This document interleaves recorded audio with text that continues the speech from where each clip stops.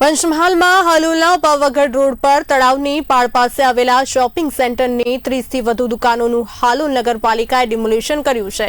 તળાવના બ્યુટિફિકેશન પ્રોજેક્ટને કારણે પાલિકા દ્વારા દુકાનદારોને નોટિસ આપી દુકાનો ખાલી કરવા માટે વારંવાર ચેતવણીઓ આપવામાં આવી હતી। શરૂઆતમાં શોપિંગ સેન્ટર પંચાયત દ્વારા શરતી કરાર હેઠળ ઊભું કરવામાં આવ્યું હતું અને દુકાનો હરાજીથી ફાળવવામાં આવી હતી। હાલ તળાવના સૌંદર્યવર્ધન માટે અવરોધરૂપ બનતી દુકાનોની આવરદા સમાપ્ત થઈ ગઈ હોવાથી પાલિકાએ કડક પગલાં ભર્યા છે।